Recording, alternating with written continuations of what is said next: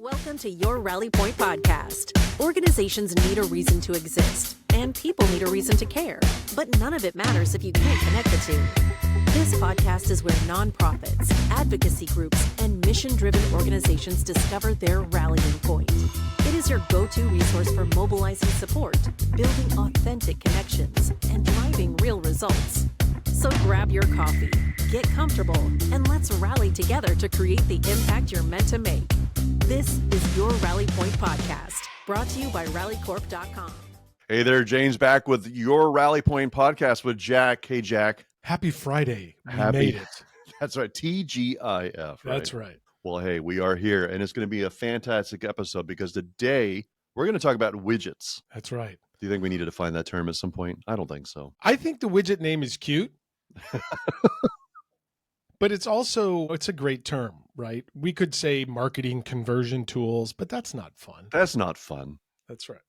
You know, so widgets and different ways to move people in the moment to sign up for your text messaging app. Because it turns out if you're going to have human-centered text messaging, you're going to send permission-based messages to people who want to hear from you. That's right. So how do you build your list? That's the question. How do you get more people poured into your database that says, you know what? Text me, please. Here's my number. That's right. You know, I think that the text industry, and maybe us too, you know, we give these great communication tools to our people, you know, to our clients, customers, whoever, right? We give them these great tools, but maybe we're a little guilty about not making it clear about how to get people into your program, how to get people to become text followers. I call them text followers. We'll talk about that in a second. But yeah, we want the communication tool and then ways to get people to become text followers so you can use your communication tool more effectively. That's right. Yep. And one of the things that I like, Jack, to talk about being the marketing guy is I look for net new subscribers or followers, people that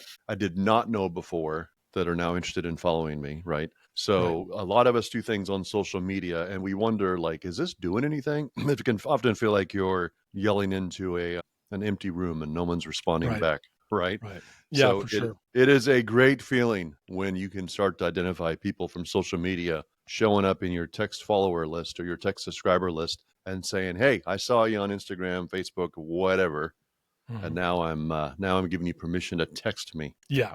Yeah. It's actually so exciting when you start to see that happen because, I mean, it's uplifting when people want to follow you or follow your organization. That's very meaningful rather than doing all this work and just not really seeing the results, right? Yeah, so definitely. Well, I talked to a customer about a year ago, I guess, and we were kind of lamenting a bit on the amount of work and energy on Facebook and Instagram. And we had this little tool, and if any of our listeners want to book a demo or join one of our webinars, I'll be glad to walk them through how I do it. But we can actually look at the engagement rate of your Instagram feed and look at like, is it 1%, 2%, 15%? How often are people clicking like, commenting, whatever, right?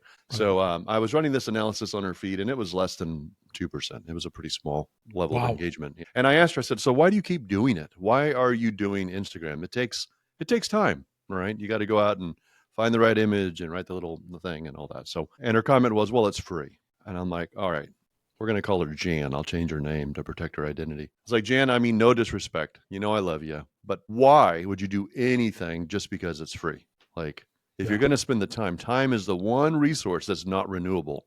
You can make more money. You can even have more babies. But you cannot create more time. Right.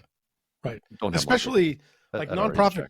Oh, sorry. I was just going to say at our age, we shouldn't have more babies. By the way. That's right. I'm going to throw that out there. You know, it's time is definitely a resource for nonprofits too, because I mean, it's not like they have a lot of extra bodies. You know, when we talk to nonprofits and about like who's doing these projects and who's their communication person, usually it's just one person. It is, and so we, the tools that we have really help to processize, I guess is not a term, but to provide an easy process so it doesn't have to be touched again. Yeah, right. Exactly. By a person every week. Yeah. And the way the conversation with, we'll call her Jan, went is I said, look, if we can demonstrate that we can move people from Instagram or Facebook or whatever, and because those are people that you really don't own, like those are those contacts belong to someone else. You're just Right. leasing the space, and yeah, they're happy to give it to you for free because they're selling ads. So anyway, don't get me started on that. But point is I said if we can move people from a passive list of followers to an active list of subscribers that give you permission to text them, would that be a success? And so really just setting that intention and then building into some of her posts, not all of them, of course, but some of them, simple ways for people to subscribe, like swipe up to opt in, scan, or double tap, or things like that we've done. So we can talk about some of those because those are widgets. Those are things that get embedded, if you would, or laid beside the things that you're already doing. So if you're already emailing, great. Let's include a short link that when they click on it from their phone, triggers a text message or signals to the system that they're opting in, right? So let's give them a short link with one tap opt-in, done.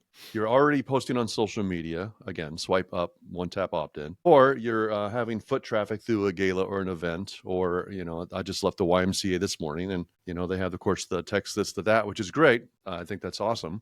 We do that, but it would have been awesome if it was a QR code or a tap, like a near field like that, like kind of like you pay at a gas station. Just take out your phone and tap a thing and done. Tap. That's right.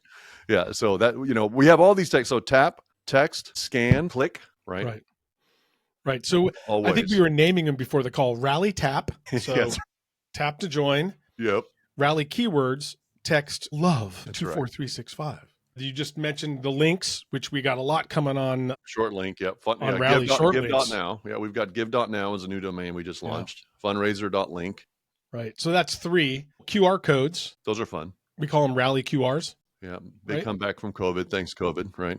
Right. I was a quick one on that. A Boys and Girls Club that has multiple Boys and Girls Clubs out of North Carolina. I did a sample demo for them, but one of the things I mentioned was, can you imagine walking into the Boys and Girls Club and having a 2-foot by 2-foot QR code on the wall for parents to scan to join their text program? Because, man, Boys and Girls Clubs, if you look at their calendar, it's packed. Yeah. And how are parents supposed to keep up? And so something as simple as a Rally QR code in that facility or a Rally tap button on the wall. Parents come in, pick up their kid. Hey, Rally tap, tap to join our text. And if you're watching the brilliant video, here's what one of them looks like. There's a little sticker you stick on the wall. It's just fun. It's just, you tap it. Here's one on my keychain. So yeah, that technology is amazing. Yeah. I mean, and so the idea, and you and I talked about this kind of in a marketing sense, surrounding Rally's text platform with ways to get people into the platform. And we get that question all the time. Jack, we have this great tool, and I've moved my existing donors or existing staff members or contacts into the tool, but what's next? Yep. Like those people I'm already messaging. What's next? And that's where we really kick it into high gear and look at some of these other tools. And the idea is there's always a way to get into your, to become a text follower. I think you said it the other day, James, you were talking about like an event or surrounding the nonprofit, like in the physical, but also in the emails, like someone who's a supporter of the nonprofit can't go, wherever they turn, there's a way to come into their text program. That's right. Yeah, at every turn. That's right. Yeah. And in marketing, sometimes we make mistakes, and I do this. I say this all the time, and I'm kind of having to rethink how I describe this. But as marketers, we often think about channels. Like, what's the channel, right? And I'm not talking like channel 2, channel 3 on your television. I mean, like social media is a channel, email is a channel, right? And a lot of times we think about like, okay, well, I need to do email channel, check. I need to do social media, check. I need to do text messaging, check. But people do not consume content as channels. They consume content all as one cohesive experience, right? Right. They're moving between social media and their email app with a swipe. Like the ability to, on my iPhone, to switch between tasks and even have multiple tasks run at the same time. And I'm constantly moving between different ways of consuming it. Text message pops up. There comes my little notification bubble. I tap on it, interact with that, go back to Facebook, kill another hour watching videos, whatever, right? So we consume content across all these. So as marketers, we think of them as channels, but as a consumer, as a person, as an individual, as a potential donor, I'm just taking in content. Right. Now I'm probably doing it on my phone, right? In the morning when I should be, meditating or hanging out with the wife. Yeah. I'm probably on my phone, wasting time. But the fact of the matter is I've already got my phone with me, and there's that dopamine hit of pulling out your phone, swiping through your email real quick, clearing your inbox, checking your text messages, jumping on Facebook, and there goes the next 45 minutes. I don't know what happened. It's like a time Down the hole. Down the hole. That's right. So what we get to do as an organization that has a purpose and a mission is to look for ways to enter the stream of consciousness of the people we want to connect with in a loving and caring way, and invite them to participate by giving them simple on-ramps into our, now we call it a list, right? Or my subscribers or my followers, but really I'm just giving them opportunities to get involved. That Right. could be volunteering, that could be donating, that could be subscribing, that could be watching, that could be liking. So the point here is these widgets get embedded in all the different things that you're doing, so that you're constantly looking for kind of tentacles, if you would, to bring people back to that center where you can then engage them, right? Right. So, And okay, I'm off my high horse. I'm sorry. Yeah. It's interesting. I was talking to, I won't call them out. It was a large nonprofit out of Kentucky, the largest community services. They cover 7 counties. And we were talking about these widgets, and there's a reason we call them widgets. I think there's a tendency when you talk into the nonprofit space and you start talking about marketing tools. Yeah. And people are like, oh, the marketing agency, we're not an agency, by the way. I mean, Yep. we're just we're a text company that has these widgets, right? And so I think it's important to understand that the tools we've developed are the widgets that we've developed are geared specifically to be simple to use, easy to use, easy to put in place. We talk about the other ones. So we had Rally Tap, Rally Keywords, Rally QR codes. We have Rally Forms. So if you have a small nonprofit that doesn't really have a donation platform that has complex tools, we can actually just have a form to capture people's information. And we have Rally pop-ups, little widgets for the corner. These are all simple things. I don't want people to go away with the impression that we're making things way more complex. We're not. Yeah. So I think that's 6 different tools we have that surround our platform to be able to seamlessly get people in. And I'll also say this one last thing about kind of our thinking around it is all we want to do is lower the barrier to people getting to you.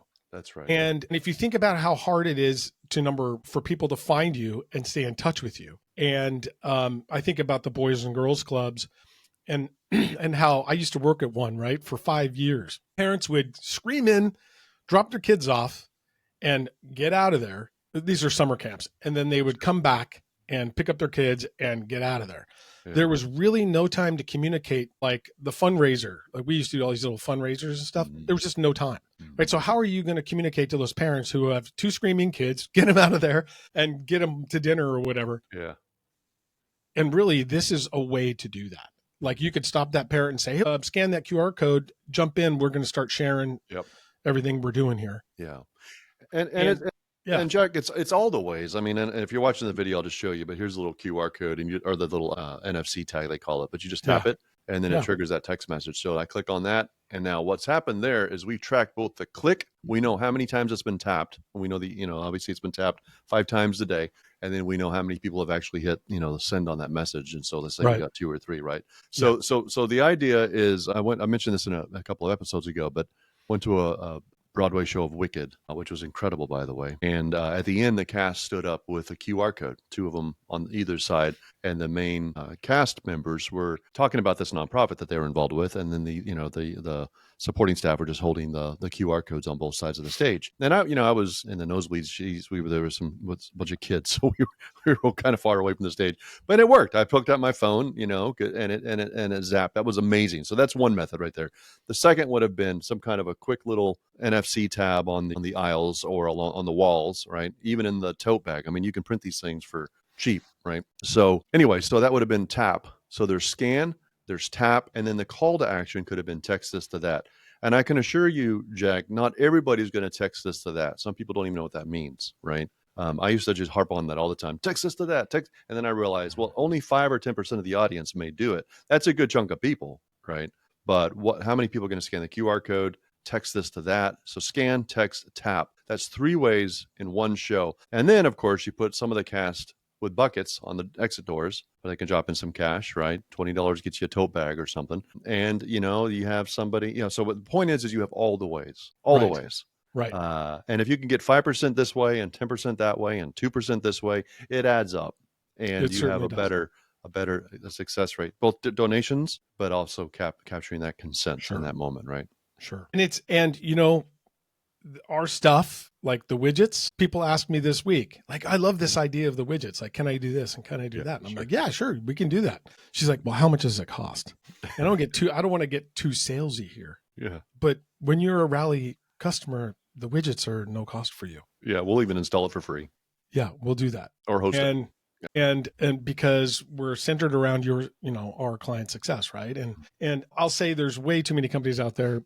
I'm a texting industry hack, I guess. And there's a lot of nickel and diming that goes on, $5 for this and $25 for that. And that's right. We just keep it simple and human-centered. We want people to engage with our clients. And so we're just going to give them the tools to do that. Yeah. And what drives that, just so we're clear, our goal is to move 20 million people, not just 20 million subscribers, but 20 million clicks, views, donates, right? So 20 million people.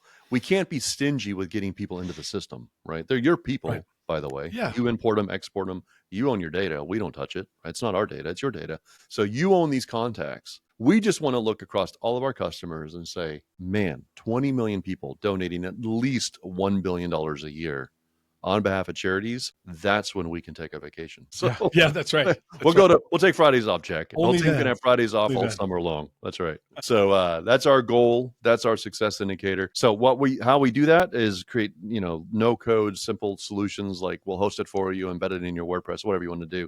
And we're talking a lot about cell phone subscribers, Jack, but just so we're kind of cover it, all these pop-ups and these forms support email first. Like it doesn't have to be cell phone.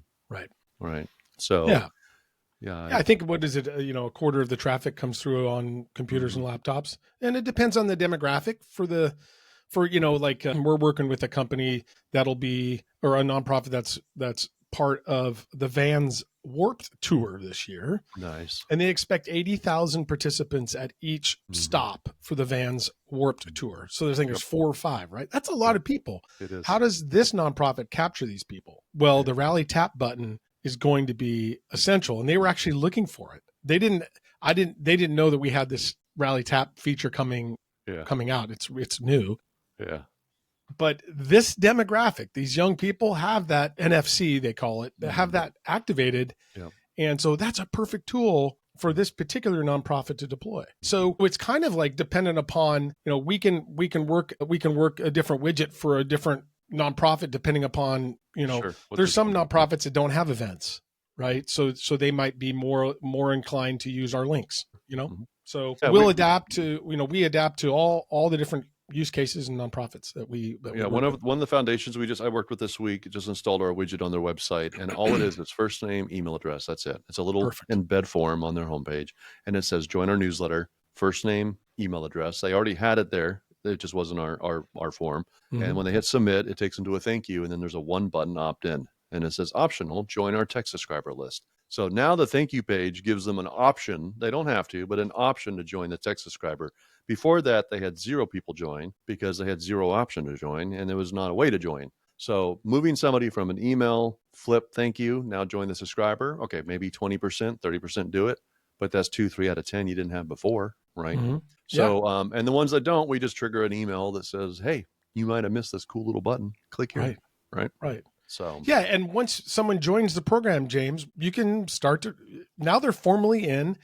Everything's been satisfied as far as like getting them to agree to receive messaging and all that. And now the relationship and engagement begins. And that's where things get really good.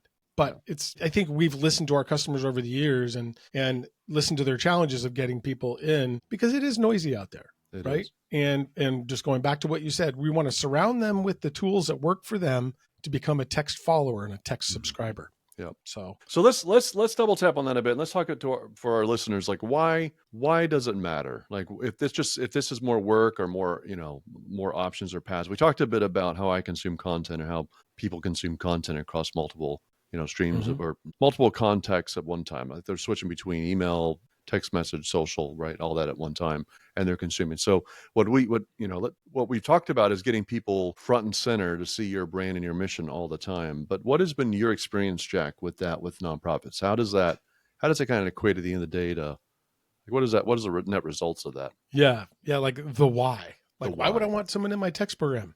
Yeah. I'll just say this. People open their texts and, we talk and talk and talk about all these different things. But at the end of the day, I check my text messages every hour. And I was talking to a different nonprofit this morning, and, we put nonprofits in a space where people communicate every day. And we do it respectfully and carefully with the people that want to hear from you. And in future episodes, we'll talk about like how often and all of that. The timing and all that. Yeah.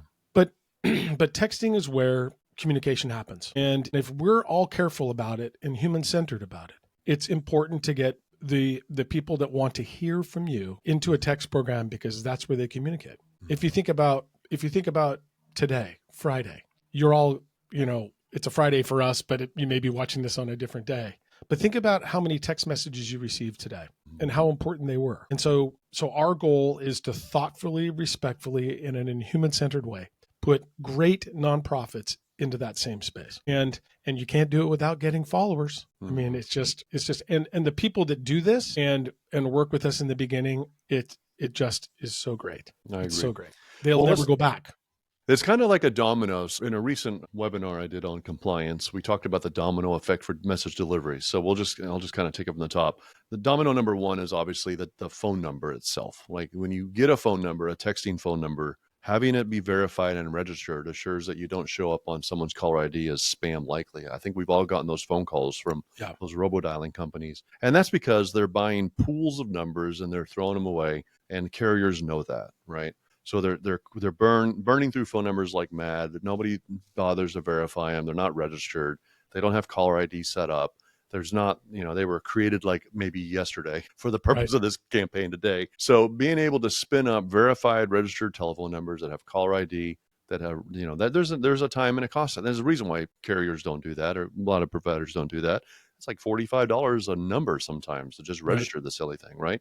Now, if you're a nonprofit, there's discounts, and Rally will eat that off often just because it's the goodness of our heart. We just don't want you worrying about that stuff. It's not, like you said earlier, I don't want to nickel and dime you. But to verify, so it starts with a phone number to make sure that it shows up respectable to the carrier network, T&T, Verizon, whatever. So then it lands on the contact's phone correctly, right? Then it's the content so that's the carrier kind of registration. And then there's the content of the message. And that's where and the templates and things we talked about in previous episodes, but that's where the message is thoughtful, it's timely. Last week, we talked about the different types of text messages, informational or, alerts, solicitation, right? So if you think about the types of messages, the content of that message, and then it moves into, of course, the intention of that message. Is the message to get them to reply? And then, therefore you have a good reply rate, or is it just click a link? Is that link recognizable? Is it friendly? If I get a text message from an unknown number, Jack, that has a bit.ly in it, I'm not going to click on it. No. I'm a child of the 80s, and I know Rick rolling was more in the early 2000s, but seriously, like when none of us want to be Rick rolled, right? Yeah. And especially with scam and spam, right? I just don't want to do it. So recognizable links that are branded and thoughtful, recognizable content, recognizable phone number. It's really all the pieces and elements go in. But I have to have given you consent and permission, and that's the last one. That's we should have led with consent. Consent is important. Right. And consent is just simply saying, hey, I gave you my information, I gave you my phone number, and I expect a text message. I'm not surprised by it. And that's really, I think, the human-centered way, is to build those into the process so that if you're already doing marketing, you can capture that consent and move people into that type of relationship. It takes time. It's not an overnight thing. Yeah. Yeah. But it's not as hard as people think. Right. And with our tools, and I think I've listed 7 of them, it's just our purpose to make that easier. That's right. Yeah. And what's in it for us? Well, the more contacts you have texting, the more sticky our solution becomes, less like you are to leave. Obviously, our goals are aligned. You want lots of followers that are active and dynamic. We want you to have a lot of active followers that are active and dynamic, right? Mm-hmm. So we are going to be going way out of our way to make sure that we're building tools that do that for you. Yeah, for sure. And we love building fun tools. And I'll tell you, the Rally widgets around here have been a fun journey for us. Yeah. Over the last year in building this suite of tools for our clients to use. Yeah. Well, I was working with the developers this morning. We have a new one coming online that will help route you to the correct. I don't know if you ever texted a keyword to a phone number and got lost. It didn't work. You're like, what is this? We have so much volume on our short codes right now, Jack, that there's a percentage, and it's a small percentage, but there are a percentage of people that get lost. And I'm like, that's it. We need AI to direct them to the right place because I know who I'm trying to text. So just ask me 2 or 3 questions and then take me to the right place or give me a search form or something. So we're perfecting the whole, lost donor. No donor left behind, please. That's right. That's perfect. Yeah, no donor left behind. Sorry they didn't see your QR code or your they didn't get your keyword. Because I left the thing the other day and I didn't get the key. I snapped the QR code. I got it on but by the time I got home, I had already cleared my browser history. I mean, not cleared up, but I'd been browsing other sites or pulled up parking directions that we're looking for a restaurant or something. So, I had to go kind of hunt for that page again. I'm like, what was that again? And so being able to just text in and say, hey, what was the name of that nonprofit? And to have it route me. That's fun and exciting. I'm a tool guy. I like that stuff. Yeah. So, losing a donor, some of the reporting that we see in the nonprofit space for 2024, between $50 and $100, 50 on the low side to get a single donor. So that much effort and cost goes into acquiring or getting a new donor for a nonprofit. You don't want to, once we got them in text, right? You've got them. Yeah. They're ready to communicate with you. So losing that person is costly. It is. So that's great to hear that we're. And I treat it like a shopping cart abandonment. If they click the link, we know. If they don't, we know, of course. And if they don't donate, we know, right? So we're working on, we've had for some time the automatic text message that reminds them to come back, right? To either thank them for their donation, of course, that's nice, right? Or just say, hey, don't forget, we're still here. Yeah. So come back, please. So. All right. Well, Jack, I want to just kind of close them out. I want to make sure that our customers and audience and people hear us in our heart. I don't ever want to have these episodes be shouldn't on everybody. Should do this, should do that. Right. So I just want to make sure that we're clear. We're here to help you think this stuff through. We make it easy. We'll even host the forms for you if we have to. Like, don't worry about that. But the goal really is to help you build your followers. So Jack, let's leave them with a closing thought around maybe a success story you've heard in the last week or two that would be helpful for them. Yeah. I mean, I think I go back to our work with a very large group, and I think you've been talking with them out of Chicago, who came to us initially. And then I think they started to kind of like have some gaps on how to get people in the program. And I think that you've been working with them. It's I won't name them, but I'm so encouraged about customers who come to us, initially engage with us, and then actually open up and say, hey, do you have a tool for this? Or do you have, we're looking at this and it's kind of challenging for us. Yeah. And that's really where we, I use the term kicking into high gear. Like, we want to help people grow with Rally. And it's not just a kind of a one and done type of scenario where we talk to you and then bye-bye, good luck. Yeah. And I think that we're starting to see that with our work with our customer success teams, is that once we become a customer of ours, we're not done with you. We're going to share these things, and we have coaching tips via text each week, and which is a popular thing we're doing now. We have a lot of that work that goes into a small nonprofit. We don't really, we treat everybody equally around here. We do. And so I think that I'm proud of our work that we do to have new people come and use Rally, but also the work we do over time to make them more successsul. Yeah. No, it is encouraging. We talk about that being human-centered, but I'll just say there's a lot of text companies that'll take your credit card and then you never hear from them. Bye-bye.